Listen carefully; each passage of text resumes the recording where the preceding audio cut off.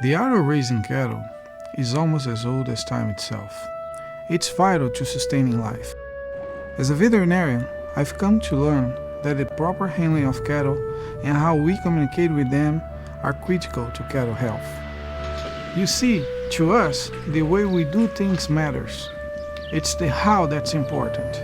It's not about vaccinating 100 cows. It's how we do that. So as a cattleman, I believe in continuous improvement. This series is about that journey, learning from the best cattlemen, joining our efforts to learn and sharing better ways to raise cattle. It's going to be a remarkable experience, and I would like to share that with you.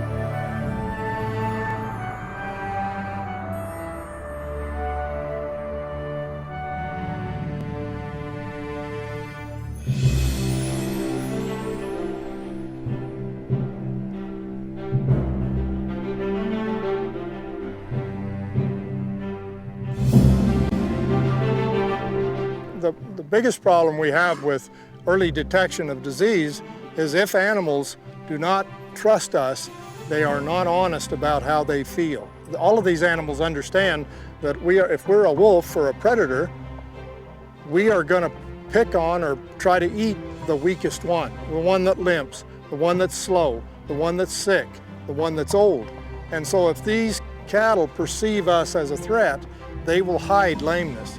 They will hide early illness. They will hide fatigue as long as we're in here. On the other hand, if they trust us? If they trust us, they will limp if they're sore.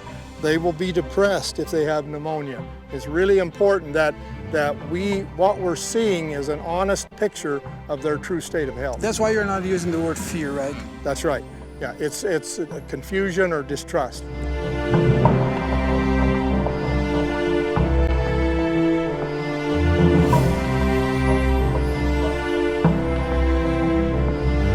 Once you introduce yourself to a pen of newly weaned cattle or any new cattle that you've never met before, it's important to look over the top of the herd, not watching the animals that are right in front of you, but have a wide field of vision.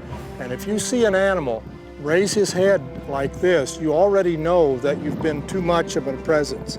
So it would be really important to bring that animal's head back down and get him to trust you before you went any further.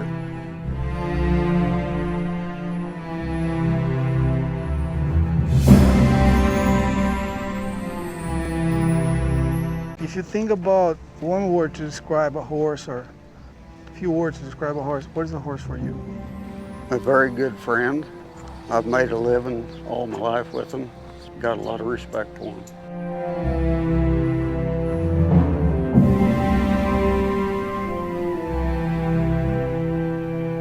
This is really positive, Dr. Paulo, that they are volunteering to investigate. Everything's okay. Really nice set of cattle. No, and the first time we went here this morning, you said you're going to see the next time. And now with the third, they're ready. You can see. You can see how they can change so quickly. Our friend is still worried about us. She's still worried, so we're going to give her more room. Yeah, she's a hard keeper.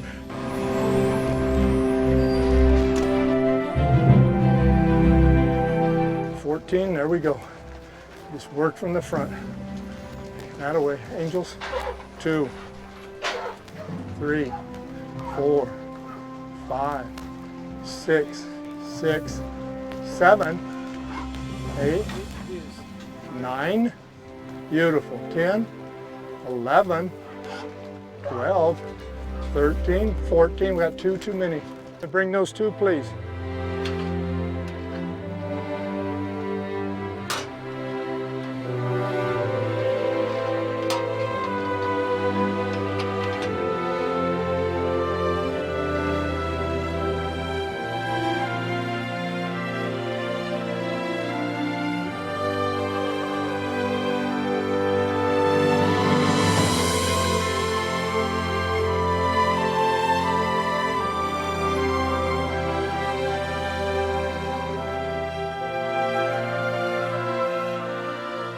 Bud Williams loading feral cattle on a boat.